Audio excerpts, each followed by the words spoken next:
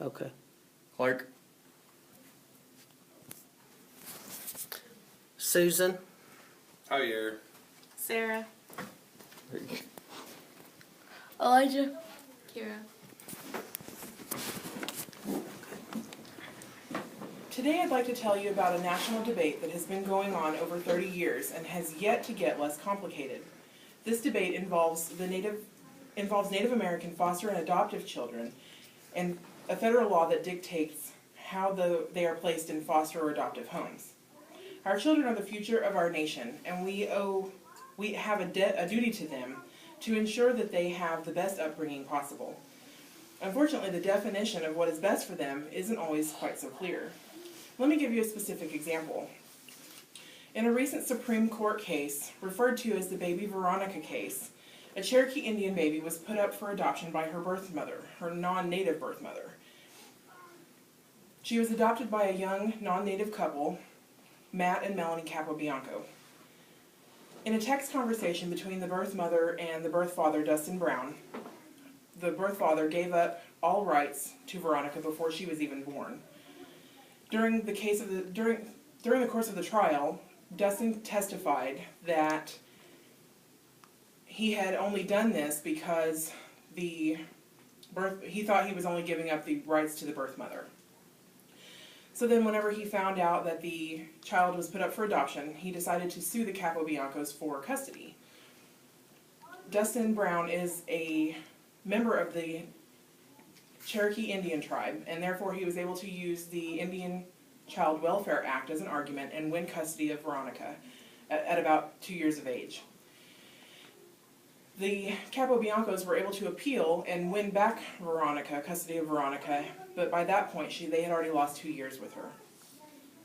This is just one of many cases involving the Indian Child Welfare Act.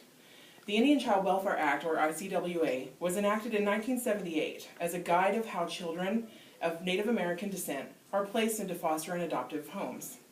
According to B.J. Jones, a litigation director for Dakota Plains Legal Services, the reason Congress decided to enact the ICWA was due to the way Indian children have been treated historically.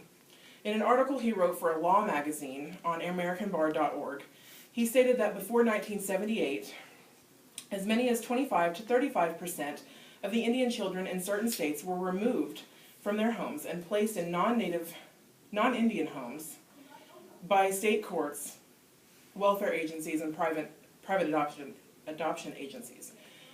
And it was not only the high number of children being removed from their homes, but also the fact that 85 to 90% of them were being placed with non-Indians that caught the attention of Congress. As outlined in the ICWA, found on Cornell University Law School's website, in any adoptive placement of an Indian child under state law, a preference shall be given in the absence of good cause to the contrary, to a placement with a member of the child's extended family, other members of the Indian child's tribe, or other Indian families, with similar stipulations for foster care placement. So basically, to clarify, this is just stating that when a child of Native American descent is put up for adoption or placed into a foster care home, the state agency or government has to make every effort possible to place the child with either a member of their extended family, second, another member of the child's own Indian tribe, or third, another Indian family. However well-intentioned, though, it is argued that the ICWA definitely has its downsides.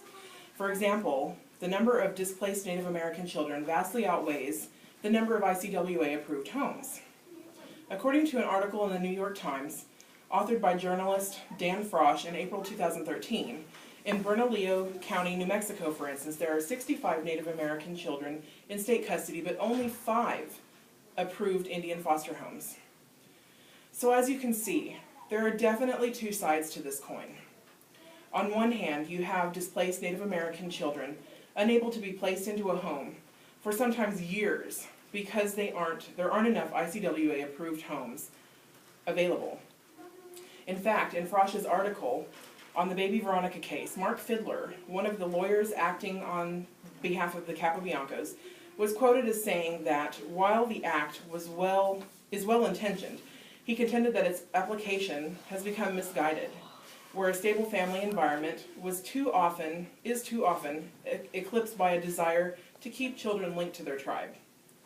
But on the other hand, you are hopefully in preventing the dissolution of a race's culture and heritage. So the question remains, is the ICWA really enacted in the best interest of the children, of the children whom it affects most? Is it more important to maintain the American Indian children be raised by people of their same cultural heritage?